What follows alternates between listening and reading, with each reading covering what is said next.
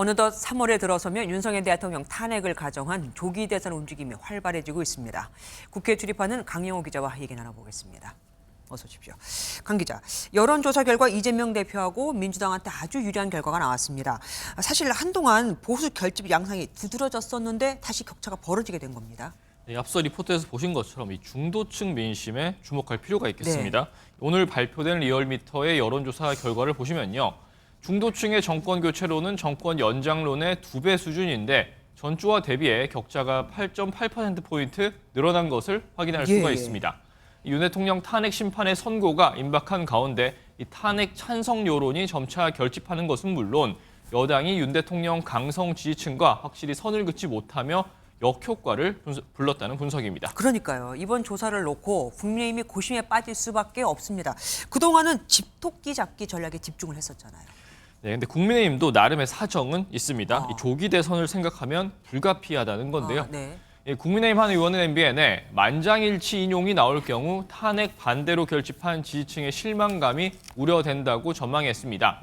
설령 탄핵이 인용되더라도 보수층이 최대한 결집할 수 있는 계기를 마련한 뒤 이 반 이재명을 기치로 민주당과 대선 경쟁을 펼친다는 전략입니다. 어쨌든 이대로 가다가는 중도층을 완전히 포기할 수도 있게 생겼잖아요. 그러면 출구 전략도 있어야 할 텐데요. 네, 그간 국민의힘 지도부는 탄핵 반대 집회에 대해서 어디까지나 의원 개별 차원일 뿐이라며 선을 그어왔는데요. 맞아요. 네, 한편으론 상속세 개편과 같은 정책을 띄우며 중도층 공략에 집중하고 있습니다. 앞서 이재명 대표가 제시한 상속세 공제 완화에 더해 최고세율 인하를 꾸준히 제시하고 있는데요.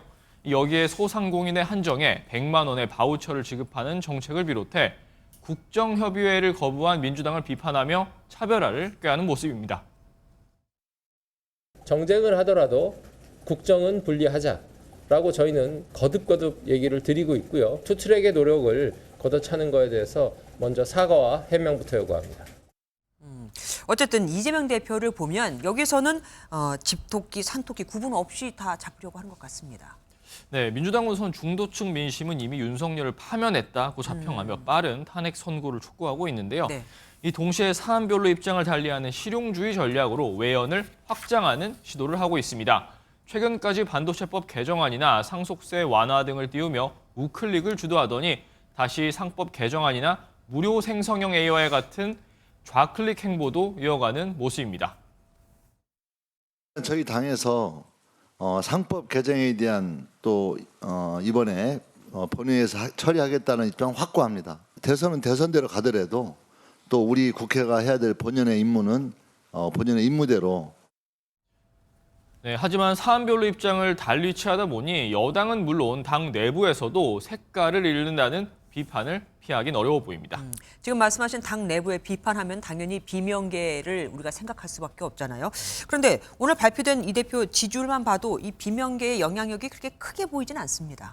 네, 비명계 움직임은 활발해지고 있지만 영향력이 미미한 건 사실입니다. 지속적으로 개헌을 고리로 목소리를 높이는 모습인데 이재명 대표와 비명계 간 식사회동에서도 꾸준히 언급된 것이 바로 개헌입니다. 네. 이 개헌에 대한 명확한 입장을 밝히지 못하는 이 대표와 차별화하는 동시에 비명계 주자들 간 연대 가능성도 점쳐지는데요. 한 비명계 인사는 MBN에 지금은 개별 주자가 화두를 던지는 타이밍이지 연대를 논하기는 이르다고 선을 그었습니다. 네, 오는 26일 이 대표의 공직선거법 위반 2심 선고가 예정된 만큼 재판 결과에 따라선 비명계 움직임이 더욱 가시화될 수도 있습니다. 그러네요. 또 재판 결과가 또 있네요. 지금까지 강영호 기자와 함께했습니다. 고맙습니다.